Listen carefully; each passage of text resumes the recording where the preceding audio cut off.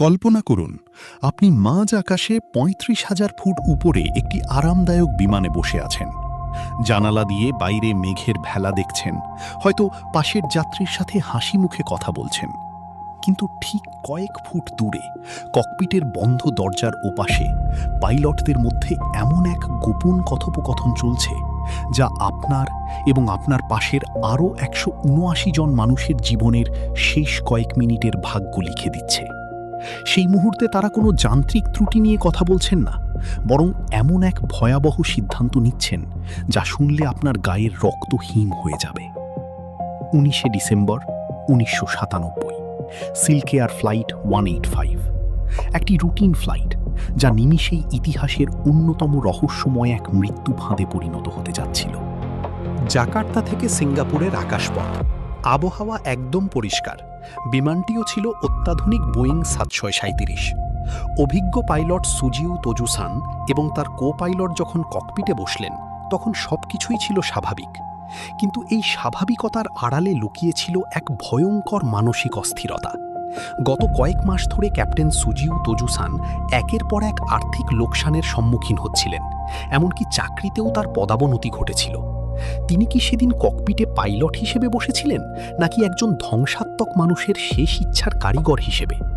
রাডারে সব ঠিকঠাক ছিল, কিন্তু রহস্যের শুরু হয় তখন যখন বিমানে থাকা দুটি ব্ল্যাক বক্সের একটি রহস্যজনকভাবে বন্ধ হয়ে যায়। আর এখানেই শুরু হয় সেই চরম উত্তেজনার মুহূর্ত। মাঝ আকাশে উড়তে থাকা বিমানটির ককপিট ভয়েস রেকর্ডার যখন হঠাৎ নীরব হয়ে গেল, তখন নিচে থাকা রাডারের কন্ট্রোলাররা কিছুই বুঝতে পারেননি। ঠিক তখনই ক্যাপ্টেন সুজিউ তোজুসান তার কো পাইলটকে কোনো এক বাহানায় ককপিটের বাইরে পাঠান। এরপর ককপিটের দরজা ভেতর থেকে লক করে দেওয়া হয়। রেকর্ড করা শেষ শব্দগুলো ছিল সাধারণ, কিন্তু তার পরের নীরবতা ছিল বীভৎস। একটি সিদ্ধান্ত, মাত্র একটি হাতল ঘোরানো, এবং ১৮০ জন যাত্রী তখনও জানেন না যে তারা এখন আর কোনো বিমান চালাচ্ছেন না। তারা একটি দানবীয় কামানের গোলার ভেতরে বসে আছেন, যা সরাসরি মাটির দিকে ছুটে যাচ্ছে। হঠাৎ করেই শান্ত সেই বোয়িং ৭৩৭ তার স্বাভাবিক গতিপথ ছেড়ে তীরের মতো নিচের দিকে নামতে শুরু করে। শব্দের চেয়েও দ্রুত গতিতে বিমানটি যখন খাড়াভাবে মাটির দিকে আছড়ে পড়ছিল, তখন ভেতরে থাকা মানুষগুলো হয়তো মাধ্যাকর্ষণ বলের চাপে সিট থেকে নড়তেও পারছিলেন না। রাডার স্ক্রিনে থাকা ডটটি সেকেন্ডের মধ্যে ভোজবাজির মতো মিলিয়ে গেল। ইন্দোনেশিয়ার মুশি নদীর ঘোলা জলে যখন বিমানটি আছড়ে পড়ল, তখন তার দশা এমন হয়েছিল যে পুরো বিমানে থাকা কোনো মানুষের দেহের একটি পূর্ণাঙ্গ অংশও খুঁজে পাওয়া যায়নি। কিন্তু কেন? কোনো যান্ত্রিক ত্রুটি কি ছিল? তদন্তকারীরা বলছেন না, এটি কোনো দুর্ঘটনা ছিল না, এটি ছিল ককপিটের ভেতরে থাকা এক নীরব ঘাতকের নীল নকশা।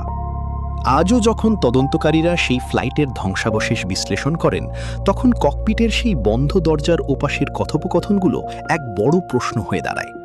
আমরা কি আকাশপথে সত্যিই নিরাপদ, নাকি আমাদের জীবন এমন একজনের হাতে সঁপে দেওয়া যার মনের ভেতরে চলা ঝড় বাইরের ঘূর্ণিঝড়ের চেয়েও বেশি বিধ্বংসী? সেই ১৮০ জন যাত্রী কোনো যুদ্ধের শিকার হননি, তারা শিকার হয়েছিলেন একজনের নেওয়া এক গোপন ও ব্যক্তিগত সিদ্ধান্তের। আকাশের নীল সীমানায় আজও হয়তো সেই অভিশপ্ত ফ্লাইটের অদৃশ্য চিহ্ন রয়ে গেছে, যা আমাদের মনে করিয়ে দেয় কখনো কখনো সবচেয়ে বড় বিপদের সংকেত যন্ত্র দেয় না, দেয় মানুষের নীরবতা। আপনি যখন আজ রাতে শান্তিতে ঘুমানোর প্রস্তুতি নেবেন, একবার ভাবুন তো, সেই মুহূর্তে মাঝ আকাশে কারো নেওয়া একটি ভুল সিদ্ধান্ত কি আবার কোনো ট্র্যাজেডির ইতিহাস লিখছে না তো?